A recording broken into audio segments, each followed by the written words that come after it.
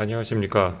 어, 굉장히 좋은 소개를 해주신 우리 센터장님께 일단 우선 감사의 말씀을 드리고요. 그리고 또 시작에 앞서서 이런 또 훌륭한 행사에 이렇게 부족한 저를 초청을 해주시고 또 제가 또 여러 가지 또 의견을 말씀할 수 있게 해주신 한국제약바이오협회 그리고 또 다른 관계 그 단체들의 모든 분들께 감사의 말씀을 올립니다. 모감생명과학연구소 부소장으로 섬기고 있는 신현진입니다. 오늘 아까 센터장님께서 말씀을 해주셨다시피 오늘은 제가 약간 그 제약회사의 입장에서 그 인공지능 기반의 신약 개발을 위해서 제약회사들은 어떠한 전략들을 준비를 하고 있고 그리고 어떤 식으로 일을 하고 있는지에 대해서 간략하게 한번 말씀을 드리고자 합니다. 제가 여기 이 슬라이드는 약간 디스클레이머 슬라이드인데요. 사실 모감생명과학연구소에 제가 조인을 하게 된 것이 이렇게 얼마 되지는 않았었고, 그리고 제가 지금 나눌 여러 가지 주제들은 대부분 경우에는 제가 이제 미국에 있었던, 그러니까 미국에서 회사에서 일했었던 여러 가지 경험들을 바탕으로 이제 말씀을 드리게 됐습니다.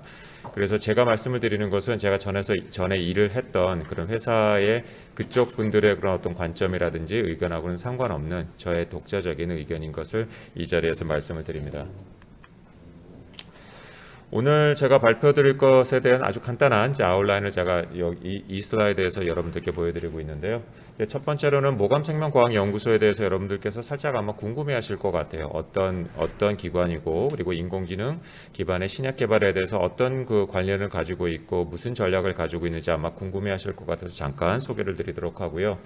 그리고 벌써 이강복 그 상무님께서 잘 말씀을 해주시기는 했는데 그 신약 개발의 여러 그 과정들 그리고 그 가운데 AI가 인공지능이 어떻게 쓰여지고 있고 어떤 기대를 가지고 있는지에 대해서 간단하게 다시 한번 또 말씀을 드리도록 하겠습니다.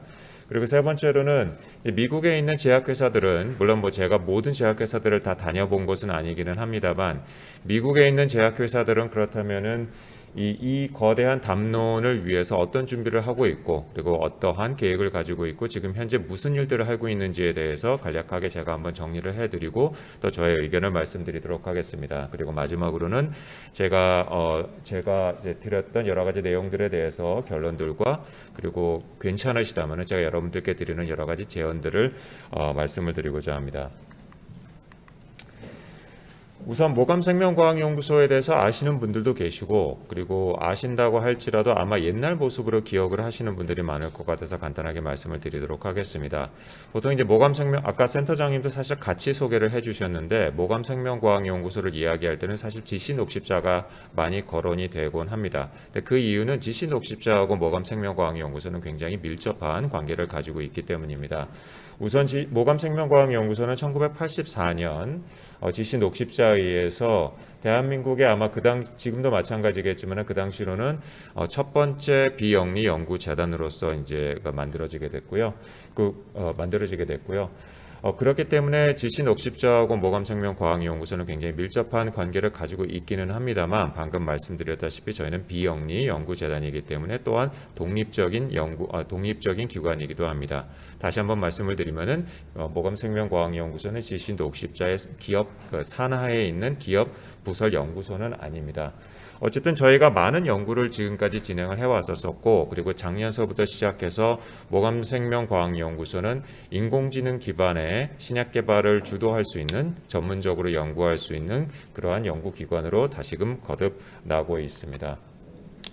이를 위해서 아까 사실은 이 상무님께서 너무나 좋은 말씀을 해주셨는데 인재가 사실은 사람이 가장 중요하죠. 인사가 만사라는 그런 말도 있듯이 이 일을 하기 위해서는 굉장히 능력이 있으신 여러분들을 많이 초청을 하고 같이 일을 하는 그런 것이 필요할 것 같은데 그 일환으로 서울대학교의 김선 교수님을 저희 연구소의 겸임소장님으로 모시게 됐습니다. 아마 여기 있는 분들께서도 김선 교수님의 강의를 들어보셨던지 아니면 또 직접 연구를 아마 같이 해보신 분들이 아마 많으리라고 생각을 합니다.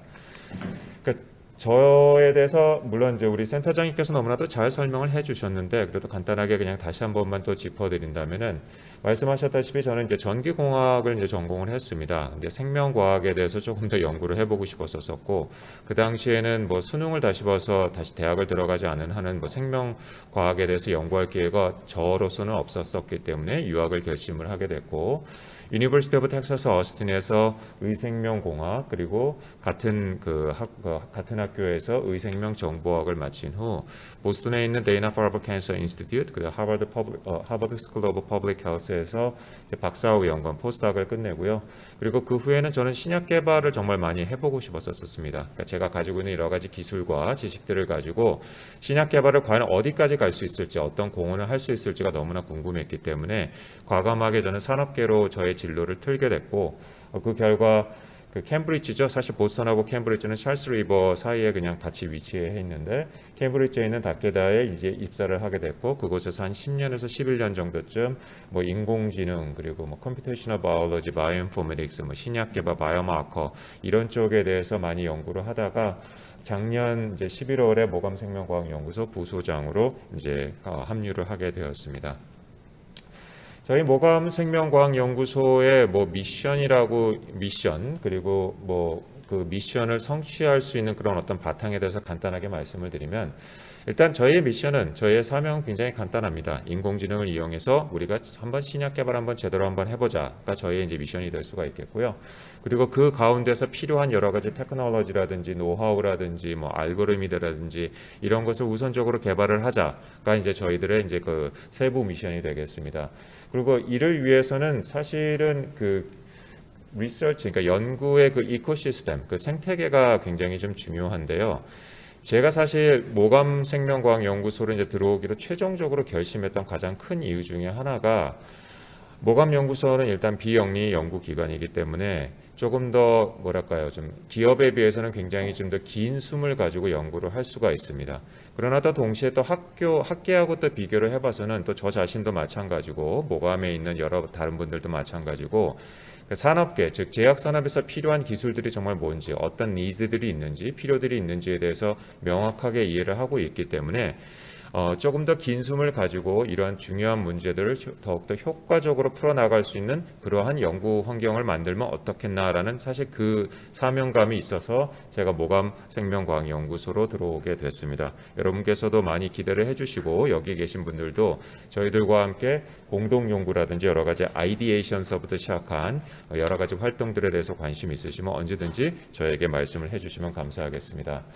자, 그러면은 이제 두 번째 파트라고 제가 말씀을 드렸던 신약 개발의 과정, 그리고 그 가운데 인공지능이 어떤 식으로 쓰여지고 있고 어떤 필요가 있는지에 대해서 간단하게 여러분들과 함께 짚어보도록 하겠습니다.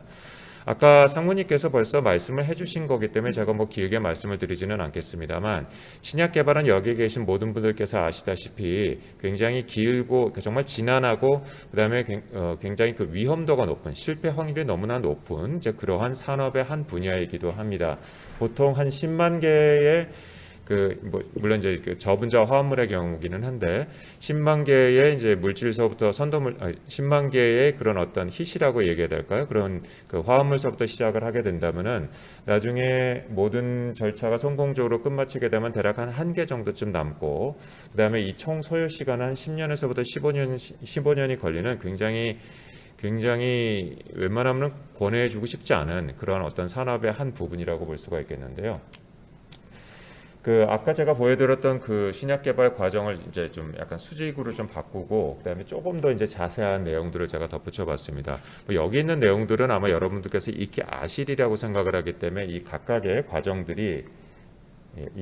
과정들이 무엇인지에 대해서는 뭐 굳이 말씀을 드릴 필요가 없을 것 같습니다만, 이제 이러한 과정들, 즉 Early Drug Discovery 단계, 그리고 이제 전임상 단계, 임상 단계, 그리고 저는 FDA라고 써놨는데 대한민국 경우에는 이제 식약청이 되겠죠. 그런 어떤 이제 그 어프로브를 이제 받는 이제 그런 단계, 그리고 이제 어프로브가 끝났다고 해서 모든 것이 다 그냥 끝난 것이 아니고, 마켓으로 신약이 나가고 나서 그것을 계속해서 끊임없이 관리해줘야 되는 그런 여러 가지 단계들이 있습니다. 이 중에서 그 AI, 특히 이제 인공지능이 이제 어떤 부분에 쓰이는지를 그냥 간단하게 제가 한번 표시를 해봤는데, 이 위에 있는 제목에서 보시면 제가 일부러 여기는 이제 아카데미아라고 제가 표시를 했습니다. 물론 이제 아카데미아에서, 그러니까 즉 학계에서 일하시는 분들이 꼭 이것만 해야 된다는 것도 아니고 이것만 하고 계신 거는 아니기는 합니다만, 보통 이제 접근성, 데이터에 대한 접근성에 대한 여러 가지 이유 때문에 이런 그 early, 그 초기에 그 신약을 개발하고 약을 발굴하는 그런 단계에 이제 인공지능 연구가 학계에서는 이제 많이 이루어지고 있고요. 뭐 제가 그 똑같이 약간 빨간색으로 이제 좀 다르게 좀 표시를 하기는 했는데, 제가 이제 인더스트리라고 이제 표시를 했습니다. 이제 보통 회사, 특히 이제 제약 회사에서 그러면은 어떤 부분에 이제 인공지능을 많이 투자를 하는가를 보면은 뭐 대동소이합니다. 일단은 초기 단계에서는 모든 것에 대해서 다 손을 대고 있는 건 사실이기도 하고요. 그리고 여러분께서 저번 슬라이드하고 아마 주의 깊게 비교를 해보셨으면 아시겠지만, 제약회사 내부에서는 이 임상 데이터에 대해서 굉장히 많은 공을 들이고 있습니다. 그 이유는 정밀의학, 그러니까 뭐 영어로 말씀을 드리면 이제 프리시전 메디슨이라고 볼 수가 있는데, 이 임상을 진행을 하면서 그 개발 중인 그 약에 대해서 조금 더 민감성을 보이고 그다음에 낮은 독성을 보일 수 있는 그러한 환자들을 골라내는 것이 굉장히 중요하고, 이것을 영어로 굳이 표현을 하자면 patient stratification이라고 이제 표현을 하기는 합니다만, 이러한 patient stratification을 할 수 있는 바이오마커 연구가 사실은 제약회사 내에서는 굉장히 집중적으로 이루어지고 있습니다. 그리고 조금 더 덧붙이자면은 이제 포스트 어프루버 모니터링이라고 해서 제약회사에서 이제 많이 관심을 가지고 있는 건 라이프 사이클 매니지먼트입니다. 라이프 사이클 매니지먼트는 보통 이제 외부에서는 이제 드럭 리퍼포싱이라고 알려져 있기는 한데, 제약회사 내부에서는 지금 현재 특허가 아까 상무님께서 말씀하셨듯이 대략 한 20년 정도쯤 그 독점을 하고 있는 셈인데, 그 독점이 끝나갈 때쯤 어떤 새로운 가치를 더욱더 창출해낼 수 있을지에 대해서도 많이 연구를 하고 있습니다. 여기에 나온 슬라이드는 사실은 아까 말씀드렸던 슬라이드를 제가 약간 좀, 아까는 시간별로 나타냈다면은 이건 그냥 제가 그 시간을 압축해서 분야별로 제가 정리를 했습니다. 제가 사실은 많이 쓰는 슬라이드인데, 빨간색으로 표시된 부분은 아까 말씀드렸다시피 주로 이제 인더스트리, 그러니까 제약회사에서 이제 많이 집중하고 있는 부분이고요. 그리고 파란색 부분은 학계에서도 이제 많이 집중을 하고 있는 그런 부분이라고 볼 수가 있겠는데, 잠깐 본다면은 초기 단계에서의 그 타겟 아이디어 그 밸리데이션은 굉장히 중요합니다. 그래서 제약회사들도 많이 투자를 하고 있지만, 또 동시에 또 제약회사들은 또 외부에서 이런 훌륭한 타겟들을 발굴해낼 수 있지 않을까라고 생각을 하고 굉장히 적극적으로 협력 관계를 모색을 하고 있고요. 그리고 뭐 이거는 스몰 몰레큘 같은 경우, 그러니까 저분자 화합물 같은 경우에도 요즘에 뭐 인실리코 메디슨이라든지 뭐 이런 여러 회사들이 뭐 리드를 이제 찾아내고, 그러니까 선도물질을 찾아내고 선도물질을 최적화하는 그런 단계의 그 인공지능을 쓰고 괜찮은 결과들을 많이 지금 현재 보고를 하고 있기 때문에 이쪽에 대해서도 많은 관심을 가지고 있는데, 제가 기억을 하기로는, 그리고 제가 제가 모든 제약회사를 미국에 있는 걸 알고 있지는 않지만은, 이 부분에 대해서 본격적으로 본인의 그 인력을 투입해서 연구하는 그 제약 큰 빅파마들은 그렇게 많지는 않았던 것 같아요. 제 기억이 맞으면은. 그리고 이쪽 부분은 저희 이제 모감 연구소도 많은 투자를 지금 현재 기울이고 이제 개발을 하고 있는 중인데, 그러니까 새로운 모달리티에 관한 그런 연구들이 지금 많이 이루어지고 있고, 이쪽에 여러 또 벤처들 아니면 학계에 있는 분들하고도 활발하게 연구를 진행을 하고 있습니다. 뭐 이 코로나 코비드 19의 백신을 이제 만들 가능하게 했던 그런 RNA, mRNA 기반의 플랫폼이라든지, 그리고 뭐 항체라든지, 그리고 또 여러 가지 또 프로틴 엔지니어링에 관한 것, 치료 프로틴들을 만들어내는 데 있어서 어떻게 AI를 효과적으로 이용할 수 있을까, 이런 여러 가지의 그 프로젝트들을 뭐 내부적으로 그리고 외부적으로 활발하게 진행을 하고 있고, 저희 모감 연구소도 이쪽 부분에 많은 투자를 하고 있습니다. 자, 그렇다면은 조금 더 구체적으로 한번 들어가 보도록 하겠습니다. 제가 뭐 구체적인 어떤 아이디어를 아까 말씀드렸던 그 디스클레이머 때문에 제가 뭐 다케다에서는 이렇게 하고 있습니다라고 말씀을 드릴 수는 없지만, 그래도 큰 방향 정도까지는 여러분들과 같이 한번 나눌 수 있지 않을까라고 생각을 합니다. 제가 이 가운데 이제 기둥 두 개를 가진 뭐 하나의 건물을 이제 표시를 했습니다. 이제 보통 이 건물을 우리가 파마스토카 컴퍼니, 그러니까 제약회사, 미국에 있는 제약회사라고 그냥 생각을 해주셔도 괜찮을 것 같은데, 그 제약회사라고 가정을 한다면은 여기서 어떤 디지털 트랜스포메이션이나 아니면 인공지능을 이용을 해서 뭔가 효과적인 그 결과를 도출을 하기 위해서는 사실은 두 개의 기둥이 필요합니다. 첫 번째 기둥은 죄송합니다. 네, 첫 번째 기둥은 바로 데이터입니다. 그러니까 데이터를, 그러니까 저희는 그 여기 있는 분들도 그렇게 생각하실지 모르겠는데, 많은 분들이 그 데이터를 생각하면 굉장히 막연하게 이미 존재하는 것이라고 생각을 하시는 경우가 많은 것 같아요. 우리 그 제약회사가 예를 들어서 뭐 녹십자도 벌써 한 50년이 넘어가는 걸로 제가 알고 있는데, 그렇다면 많은 데이터가 쌓여 있지 않겠느냐라고 생각을 하는데, 예를 들어서 제가 듣기로는 이런 말씀을 드리면 안 될 수도 있기는 하지만 종이로 존재를 한다든지, 그리고 종이로 존재를 했는데 10년 전에는 이런 표기법을 했는데 10년 후에는 다른 표기법으로 표시했다든지, 이런 식의 데이터들이 사실은 많이 존재합니다. 그러니까 녹십자의 얘기가 아니고 제가 있었던 미국에 있는 제약회사들도 사실 그렇게 크게 다르지는 않습니다. 그래서 그 데이터를 정리를 하고 쓸모있게 만드는 데이터 엔지니어링이 굉장히 좀 중요하고요. 그래서 지금 현재 많이 이루어지는 부분은 사실은 이 부분이에요. 제약회사 내부에서 이 부분에 지금 그 주력을 하는 것도 주력을 하기에도 사실은 힘이 약간 좀 벅찬 그런 생각들이 많이 좀 들고요. 그리고 이 자세한 내용에 대해서는 제가 다음 슬라이드에서 잠깐 말씀을 드리도록 하겠습니다. 그러나 또 동시에 뭐 이런 말이 있죠. 그 구슬이 서말이라도 꿰어야 보배라고. 사실은 구슬이 아무리 많아도 그것을 해석할 수 있고 거기서 가치를 찾아낼 수 있는 그런 어떤 그 분석할 수 있는 능력이 없이는 사실은 이런 모든 것들이 별로 쓸모가 없습니다. 그래서 미국에 있는 제약회사들도 굉장히 많은 투자를 하고 있고요. 당연히 기본적으로 하이 퍼포먼스 컴퓨팅, AWS라든지 이런 그 어떤 컴퓨팅 인프라스트럭처에도 많은 그 투자를 하고 있고, 그리고 바이오인포메틱스와 그리고 이제 그 인공지능 그 자체에 대해서도 많이 투자를 하고 있습니다. 외부의 그러니까 외부의 벤처들과도 굉장히 활발하게 일을 하고 있고, 학교하고도 활발하게 일을 하고 있고, 심지어는 내부에 있는 조직을 키우기 위해서도 많은 투자를 하고 있고, 좋은 사람들을 영입하기 위해서 많은 노력을 하고 있습니다. 그리고 그러나 또 동시에 그분들이 또 생각을 하시는, 그리고 어떻게 보면 또 제가 생각하는 전략일 수도 있는데, 보통 이제 큰 제약회사에서 계신 분들께서는 그 데이터에 있어서 독점성이 보장된 그런 데이터들을 분석하는 데 일단 주력을 하고요. 외부에 공개가 가능하거나 아니면 이미 벌써 공개가 돼 있는 데이터들은 사실은 학계라든지 벤처들과 함께 같이 연구를 진행하는 경우가 많습니다. 항상 그런 거는 아닌데 이거는 어떻게 보면 굉장히 자연스러운 전략이라고 볼 수가 있겠죠. 여기에 대해서도 조금 이따가 다시 또 좀 말씀을 드리도록 하겠습니다.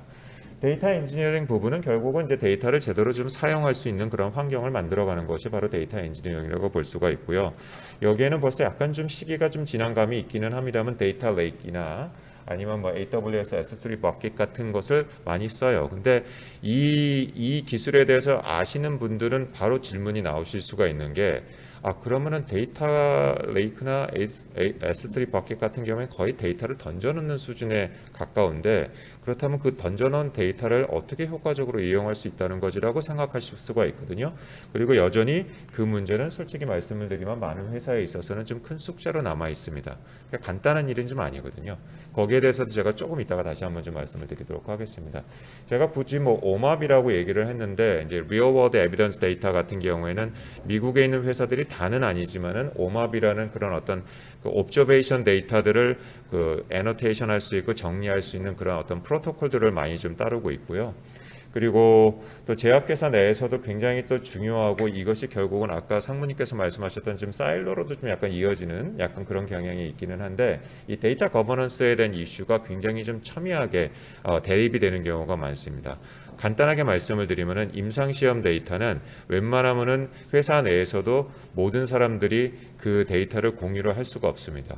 이거는 부서의 이기주의가 아니고, 아시겠지만은 잘못 임상 데이터를 분석했는데 이미 벌써 마켓에 나간 드럭에 어떤 세이프티 시그널을 잘못 찾아내게 된다면은 그 나간 그 약을 다시금 회수를 해야 되는 경우가 있어요. 그렇기 때문에 이 부분에 대해서는 굉장히 회사들이 민감하게 반응하고 있고 단순 리서치에 대해서도 되게 조심스럽게 접근을 하는 것이 사실입니다. 그리고 지금 한참들 이제 미국에 있는 글로벌 제약회사들 같은 경우에는 이런 또 어떤 샌드박스를 그래도 많이 만들려고 해요. 민감성이 좀 떨어지는 그런 데이터들을 모으고 이 데이터들을 쉽게 데이터베이스화하고 그다음에 그 데이터를 이용해서 조금 더 빅데이터 어널리시스를 돌려볼 수 있는 그런 환경을 만들려고 하는데 대부분의 경우에는 이것을 인터널하게, 그러니까 내부에서 돌리려고 하지 사실은 외부에 있는 사람들까지 오픈을 해서 같이 돌리자고 하는 것은 아직까지는 좀 약간 시기상조가 아닐까라고 저는 생각을 합니다. 그 챌린지 부분, 그러니까 결국 이제 문제가 뭐냐? 그러면 이렇게 열심히 하고 있는데 그렇다면 문제가 없느냐라고 물어보실 수가 있는데 문제가 너무나 많습니다. 사실은 뭐 저희들의 삶이다 문제투성이일 수도 있기는 한데 대부분의 경우에는 이거가 뭐 부서 이기주의라고도 볼 수도 있기는 한데요. 모닌들은 다 나름대로 이유가 있습니다. 그러니까 나름대로 다 이유가 있어서 잘못하면은 이거 뭐 영어로 제가 표현하게 됐습니다만 옆에 본 이제 소탐대실인데 그러니까 자기들이 조금 더 이익을 보고 더 빛나려고 하고 뭔가의 결과를 얻어내려고 하다가 좀 큰 그림을 놓치는 약간 그런 경우가 솔직히 말씀드려서 많이 일어나고 있기도 하고요. 그리고 이 데이터 매니지먼트는 이게 사실은 네버엔딩 스토리예요. 그러니까 아까 그걸 깔끔하게 정리하면 될 거 아니냐고 하는데 데이터는 고정되어 있는 게 아닙니다. 계속해서 쏟아져 들어오고요. 그리고 M&A 같은 거 하잖아요. 그리고 저희 이제 다케다 같은 경우에도 다케다하고 이제 샤이어가 이제 합쳐졌는데 시스템이 너무 달라요. 그래서 그 데이터들을 그 플랫폼들을 하나로 합치는데도 거의 한 2, 3년 이상, 그러니까 업무 환경을 합치는 게 2, 3년 이상이었었고 데이터는 아직까지도 아마 좀 합치지 못할 가능성이 있는 걸로 제가 알고 있습니다. 뭐 저도 이제 떠났기 때문에 잘 모르기는 하지만 그리고 아까도 전 슬라이드에서 말씀드렸죠. 시큐리티는 언제나 문제입니다. 누가 어느 정도의 데이터에 들어와서 할 수 있는지에 대해서 너무나 많은 갑론을박이 있고 그다음에 좋은 가이드라인이 사실은 없는 것도 사실이고요. 그리고 좋은 가이드라인이 있는지도 사실 잘 모르겠어요. 그래서 이런 경우에 결국 이런 모든 이제 아까 이제 상무님께서 말씀하신 건 조금 좀 다른 이유도 있었던 것 같기는 한데 뭐 제가 보는 어떻게 보면 지금 전 실무 그 데이터를 분석하는 실무자의 입장에서 본다면은 이제 이러한 여러 가지 이유로 인해서 결국은 사일로화가 진행이 되는 경우가 많다라는 것이 아마 챌린지라고 볼 수가 있을 것 같습니다. 그럼 이제 분석 능력에 대해서 잠깐 한번 좀 보도록 하겠습니다. 아까 말씀드렸다시피 이제 하이 퍼포먼스 컴퓨팅, 뭐 GPU, CPU, 클라우드 베이스 뭐 이런 거는 뭐 이미 다 거의 다 도입을 하고 있고 이거는 아마 국내 제약회사, 뭐 GC 녹십자라든지 저희 모감 연구소도 이렇게 하고 있습니다. 그리고 그 사실은 미국은 시장도 크고 인재도 많잖아요. 근데 저희 그 이제 대한민국은 훌륭하지만 시장이 좀 작고 인재풀도 사실 작은 건 사실입니다. 그래서 비율적으로 보면은 똑같이 10%라고 볼 수가 있는데 확률을 이제 통계를 공부하신 분이 아시겠지만 그 n이 되게 중요하거든요. 그 절대적인 그 숫자가 굉장히 중요한데 그 부분에 있어서는 미국은 좀 되게 부러운 점이 많습니다. 그래서 굉장히 많은 뭐 인적 그다음에 물적인 그런 투자를 인공지능과 바이오인포메틱스에 굉장히 활발하게 지금 투자를 하고 있는 중이고요.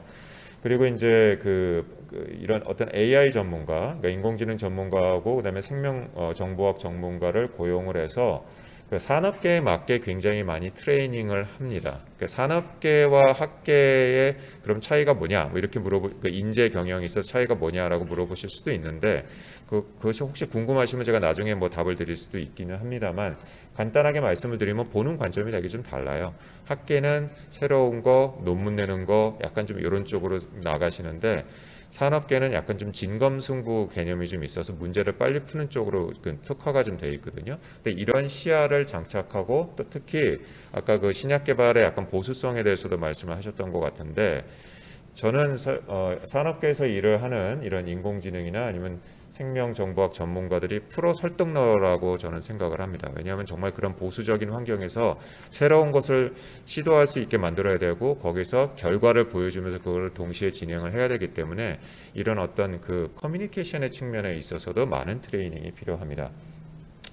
그리고 저도 마찬가지긴 했는데 저는 임상 데이터를 굉장히 임상 이제 지노믹스 데이터를 굉장히 많이 분석을 했습니다. 왜냐하면 저도 이제 바이오마커라든지 페이션 스트래티피케이션을 많이 했기 때문에 이런 조금 더 민감한 데이터는 대부분 경우에는 다 인터널하게 다 내부에서 다 분석을 합니다.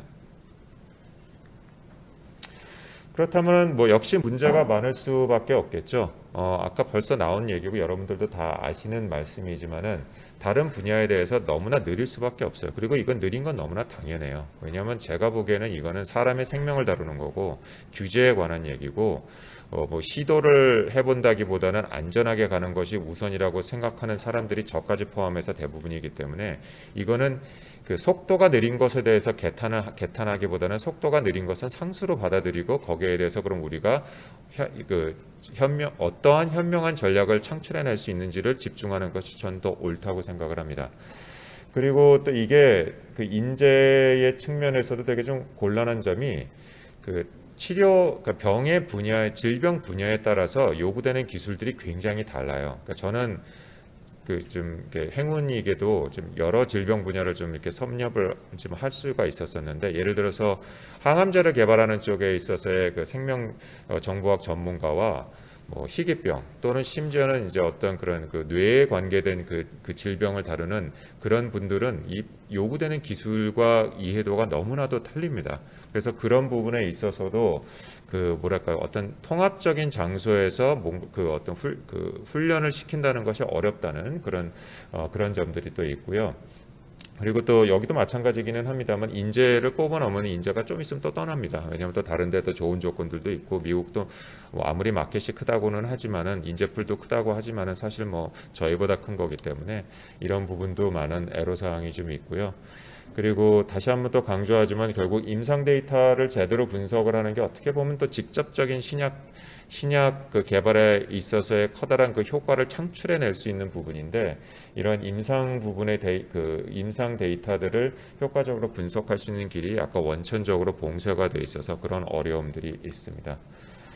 뭐 또 간단하게 그렇다면은 이제 그럼 제약 회사에서는 외부 협력들은 어떻게 하는가 뭐 되게 좀 많이 좀 적어놨기는 합니다만 활발하게 뭐 데이터들을 열심히 모으고 뭐 공공 장소에 있는 데이터나 아니면 본인들의 데이터를 모으고 그리고 그 기업에 있는 분들은 사실 냉정하죠. 뭐 저도 좀 비슷하긴 한데 저희가 잘하는 것과 못하는 것에 대해서는 확실하게 선을 긋는 경향이 있어서 못하는 거 가지고 꼭 붙잡고 있지는 않습니다.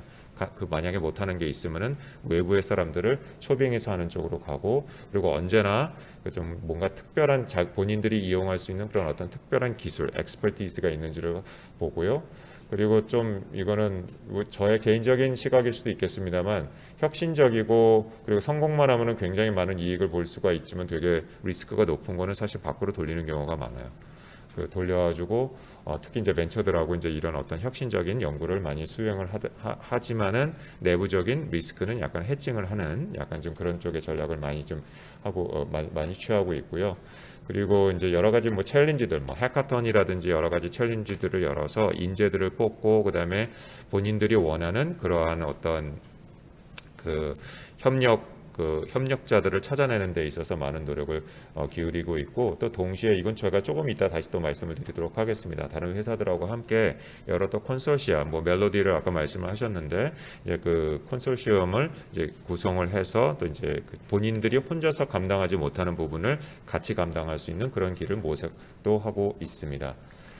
그래서 이제 콘클루전하고 이제 서제스천을 제가 이제 말씀을 좀 드리면은 일단은 뭐 이거는 미국의 상황을 다 떠나서 대한민국도 마찬가지로 이런 인공지능과 생명정보학을 알지만 동시에 이것을 신약 개발 쪽에서 정확하게 이해를 하고 접근을 할 수 있는 전문가를 키워내는 것이 굉장히 중요하다고 저는 생각을 하고 다시 한번 말씀을 드리지만은 이 부분에 있어 아카데미아에서 훈련을 받은 것도 물론 훌륭하지만 거기에 좀 더 덧붙여서 또 여러 가지 또 훈련이 좀 필요한 상황이라는 것을 말씀을 드리고 또 이 점에 있어서도 사실 저희 모감생명과학연구소가 공헌을 할 수 있는 부분이 있다고 생각을 합니다. 그러니까 지금 현재 저희 그 대한민국에 있는 제약회사들이 사실은 다 뭐 인공지능 전문가들 아니면은 바이오 인포메틱스를 하시는 분들을 다 이렇게 고용할 수는 없다고 저는 생각을 하거든요. 있거든요. 그래서 적어도 당분간 그분들께서 그런 여력이 생길 때까지는 저희 모감생명과학연구소가 어떻게 보면 약간 코어 퍼실리티 같은, 왜냐하면 저희는 비영리이기 때문에 사실 녹십자하고는 사실 상관이 없습니다. 그래서 코어 퍼실리티 같이 그러한 기업에서 일어나고 있는 여러 가지 그 연구 활동을 지원을 할 수 있는 그러한 능력을 키우는 것도 저희가 한번 고려를 해보고 있습니다. 혹시 뭐 관심이 있거나 궁금하신 분들이 있으면 저한테 말씀을 해주시고요. 그리고 뭐 결국은 좀 약간 긴 숨을 가지고 이제 계획을 좀 세워야 되는데 워낙 그 인더스트리 그 산업계의 특성상 빨리빨리 이제 결과를 내야 되고 그다음에 프로핏을 증명을 해야 되는, 이익을 증명을 해야 되는 그런 경우가 많아서 이런 부분이 되게 힘들지만 이쪽에 대해서도 장기 투자가 좀 필요하다라고 말씀을 드릴 수가 있을 것 같습니다. 그리고 사실 세 번째가 제가 한번 좀 제안을 드리고 싶은 건데, 그러니까는 모든 분들이 사실 관심을 가지고 있는 건 제약회사에 지금까지 엄청나게 많은 데이터가 쌓여있지 않느냐, 그럼 그 데이터를 풀어서 우리 효과적으로 신약 개발 한번 해보자, 약간 이런 쪽으로 많이 생각을 하시는 것 같아요. 그리고 저도 그렇게만 되면 너무나 좋을 것 같은데, 그러니까 저의 그냥 개인적인 생각으로는 현실적으로 그건 좀 너무 힘들지 않을까, 그리고 오래 기다려야 되지 않을까라는 생각이 저는 조심스럽게 좀 있습니다.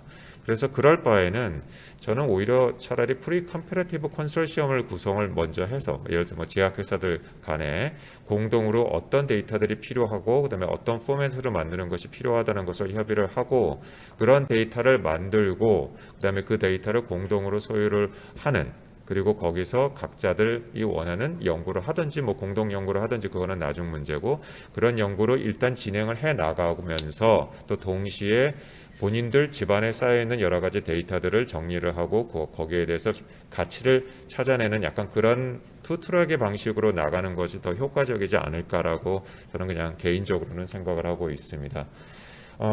그리고 이 마지막은 이 보수성인데, 사실 이 점은 맞습니다. 이 제약회사들이 많이 보수적이기 때문에 조금 문을 열기를 좀 두려워하고 협력을 하는 것을 좀 많이 두려워하는 경향들이 있는데, 뭐 병원도 마찬가지일 것 같고, 이런 어떻게 보면 문을 어디까지 열 수 있는지를 한번 우리가 현실적으로 보고 열 수 있을 만큼 열 수 있을 만큼이라도 열어서 같이 공동 연구를 수행을 하고 그다음에 결과물을 창출해낼 수 있는 것이 어떻게 보면 가장 이상적인 그런 길이 아닌가라고 저는 생각을 합니다. 네, 이상입니다.